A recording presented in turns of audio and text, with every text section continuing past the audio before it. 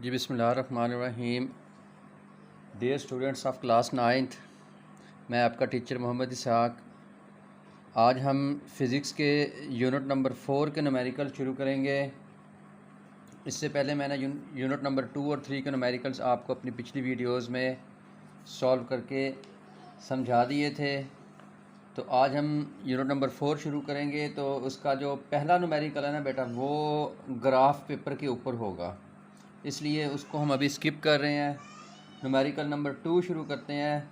Numerical number 2 है find the perpendicular components of a force of 50 Newton making an angle with 30 degree with x axis. तो हमने चूँकि perpendicular components find करने हैं, perpendicular components को हम एफ एक्स और एफ वाई कहते हैं। तो हम अभी डेटा लेते हैं, गिवन डाटा हमारे पास एफ एक्स, इसके आगे क्वेश्चन मार्क लगाएं, ये हमने फाइंड आउट करना है। फिर एफ वाई, इसके आगे भी आप क्वेश्चन मार्क लगाएं, ये भी हमने फाइंड करना है। जबकि हमें उसने फोर्स दी हुई है। फोर्स कितनी है हमारे पास? फोर्स है हमारे पास 50 न्यूटन, और एंगल जिसे हम थीटा से शो करते हैं वो हमें दिया गया है 30 डिग्री। तो हम फार्मूला लगाएंगे। जब हमने कंपोजिशन रेजोल्यूशन ऑफ फोर्सेस पढ़ा था तो उसमें हमने पढ़ा था एफ एक्स जो होता है ये बराबर होता है एफ कॉस थीटा के। तो एफ़ की वैल्यू क्या है हमारे पास? 50 मल्टीप्लाई बाय कॉस 30 डिग्री। आप कॉस 30 कैलकुलेटर पे कैलकुलेट करेंगे, कॉस की 30 पे क्या वैल्यू होती है? कॉस की 30 पे वैल्यू होती है 0.866। इसको जब हम 50 से मल्टीप्लाई करेंगे तो एफ एक्स हमारे पास आ जाएगा 43.3 न्यूटन। इसी तरीके से अब हम एफ वाई फाइंड करेंगे। उसके लिए फार्मूला है हमारे पास एफ साइन थीटा। तो एफ वाई फाइंड करना है। एफ है हमारे पास 50 साइन 30 डिग्री। कैलकुलेटर में हम साइन 30 देखेंगे तो वो हमारे पास आएगा बेटा 0.5। 0.5 को आप 50 से मल्टीप्लाई करेंगे तो ये आपके पास बन जाएगा 25 न्यूटन।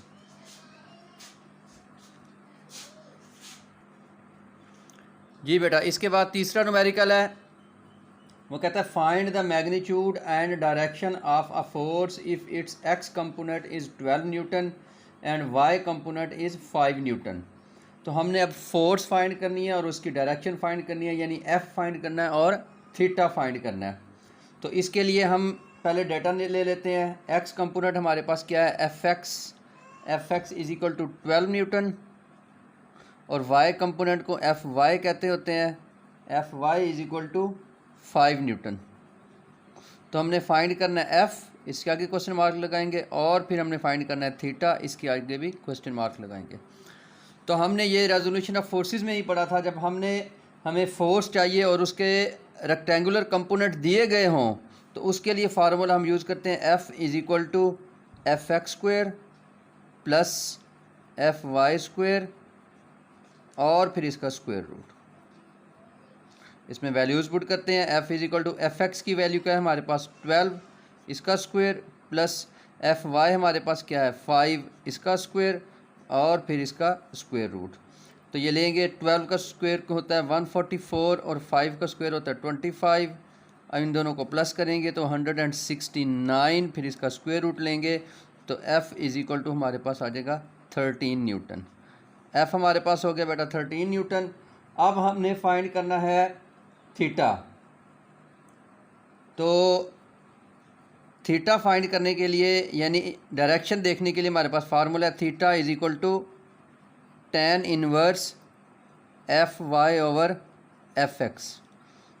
तो tan इनवर्स एफ वाई हमारे पास क्या है? 5, और एफ एक्स क्या है? 12।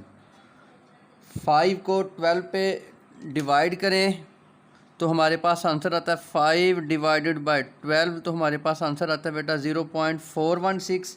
तो ये हो जाएगा tan इनवर्स 0.416। इसका जब tan इनवर्स लेंगे तो हमारे पास आंसर आ जाएगा 22.6 डिग्री। ये हमारे पास डायरेक्शन हो गई।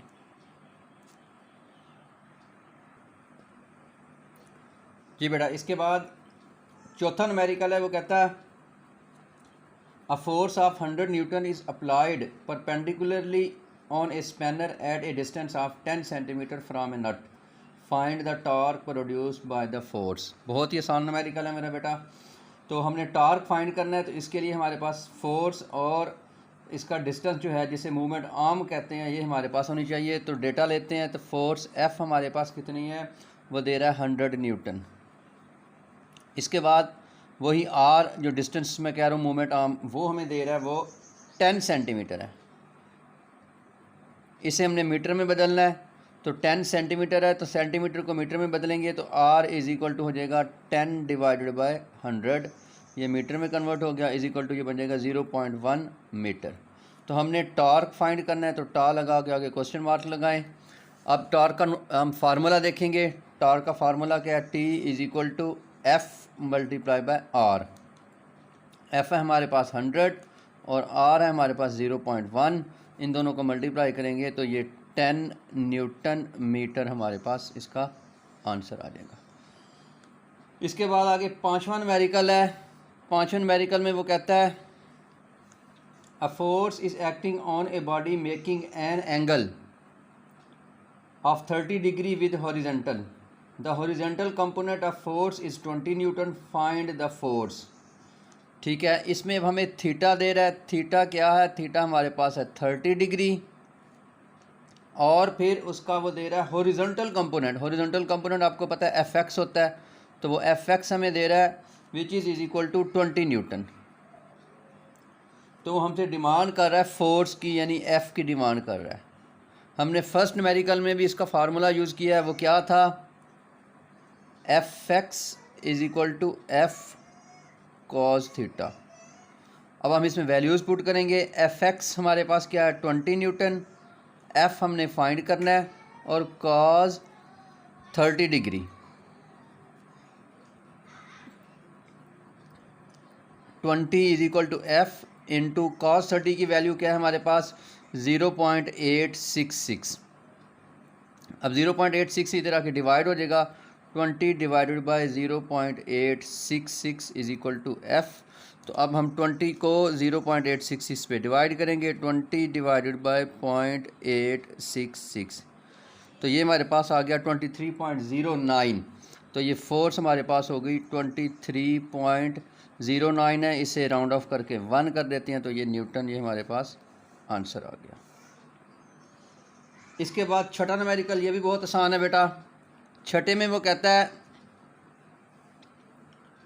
Steering of A cars has a radius 16 centimetre, find the torque produced by the couple of 50 Newton.